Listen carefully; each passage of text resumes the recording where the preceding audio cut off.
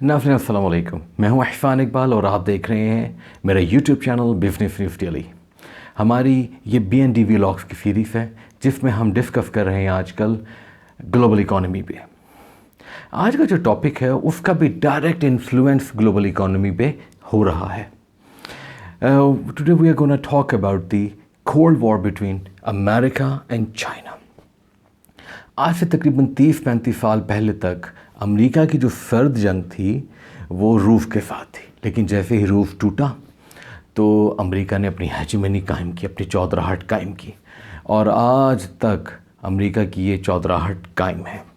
America की जितनी भी चौधराहट रही है उसमें कॉन्फ्लिक्ट्स ही कॉन्फ्लिक्ट्स हैं। इराक, अफ़गानिस्तान, शाम, north Africa, Arab spring, Kashmir, Burma, the war between Russia and Ukraine, the war between Iran and Israel, the war between Palestine and Israel.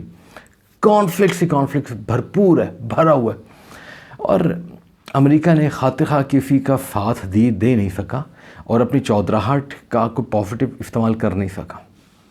अब होता ही है कि जब आप अपनी इस हेजेमनी के दौरान आप पॉलिटिकल इन्फ्लुएंस भी रखते हो लेकिन मसाइल हल नहीं करते हो तो फिर एक दूसरी पावर जो है वो खड़ी होती है।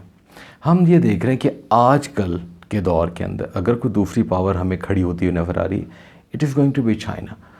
हमें इंडिया नो, रशिया नो, क्या अफ्रीका के ममालिक नो, क्या साउथ अमेरिका के ममालिक नो, क्या यूरोप में Germany no, UK absolutely not, Australia no, Australia के साथ तो क्वाड बनाया उन्होंने। तो इसका इन्फ्लुएंस ग्लोबल इकॉनमी पे कैसे होगा? दो ममालिक ऐसे हैं जो अमेरिका और चाइना के बाद तरक्की कर रहे हैं, जिनकी GDP में ग्रोथ नज़र आ रही है। वन इज़ इंडिया जो कि बहुत ही एक्सपोनेंशियली तरक्की कर रहा है and soon it is going to surpass the Japan. Then it is Indonesia, which is by the end of this decade will surpass the GDP of Germany. अब देखना ये है कि कौन से ये जो दो ममालिक हैं इनमें तरक्की हो रही, कौन किसको ज्वाइन करता है। इंडिया हमें नज़र आ रहा है अमेरिका को ज्वाइन करते हुए, इंडोनेशिया प्रॉबली चाइना को करेगा ज्वाइन। उसकी वजह है कि इंडोनेशिया के अंदर बहुत ज़्यादा चाइनीज़ इन्वेस्टमेंट और चाइनीज़ रहते भी बहुत ज़्यादा। लेकिन देखना ये है कि जो दूसरी ताकत खड़ी हो रही है चाइना, उसके साथ कौन कौन है आजकल।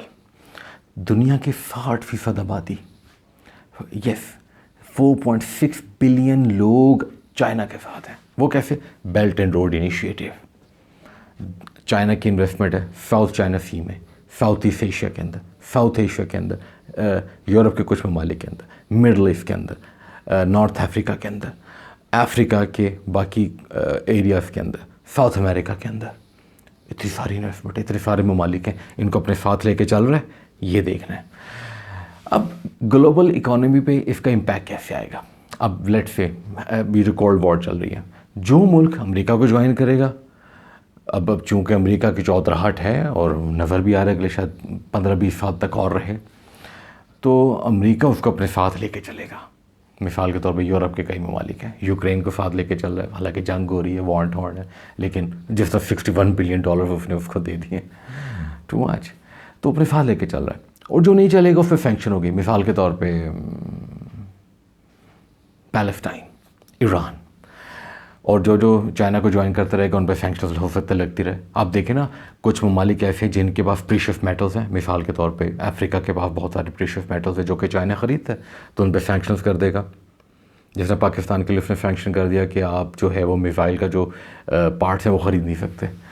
तो ये जो इन्फ्लुएंस है ना, ये ग्लोबल इकॉनमी पे नज़र आएगा। अब इट कुड बी इधर पॉजिटिव और नेगेटिव, ये वक्त के साथ साथ पता लगेगा। लेकिन देखना ये है कि क्या अमेरिका की हेजेमनी चैलेंज होती हुई नज़र आ रही है। मेरा अपना पर्सनल व्यू कि आज तक तो नहीं, क्योंकि जो यूक्रेन की वार हुई है उसमें हमने देखा कि चाइना को पॉजिटिव रोल प्ले नहीं कर सकता, अमेरिका का है। जो गाज़ा की वार हुई है और ईरान और इसराइल की वार हुई है उसमें चाइना कोई ख़ास रोल प्ले नहीं कर सका। चाइना तकरीबन न्यूट्रल नज़र आता है या ईरान का साथ देता नज़र आता अमेरिका के ख़िलाफ़, लेकिन इन्फ्लुएंस नहीं है, जंग ख़त्म नहीं कर सका। तो ये जो है ना, ये सिनारियो चलता रहेगा, लेकिन इसका डायरेक्ट इम्पैक्ट ग्लोबल इकॉनमी पे आने वाले कई सालों तक रहेगा और शायद इस डेकेड के अंत तक रहे। Let's see how it goes. Thank you very much for watching my YouTube channel. इंशाल्लाह नए टॉपिक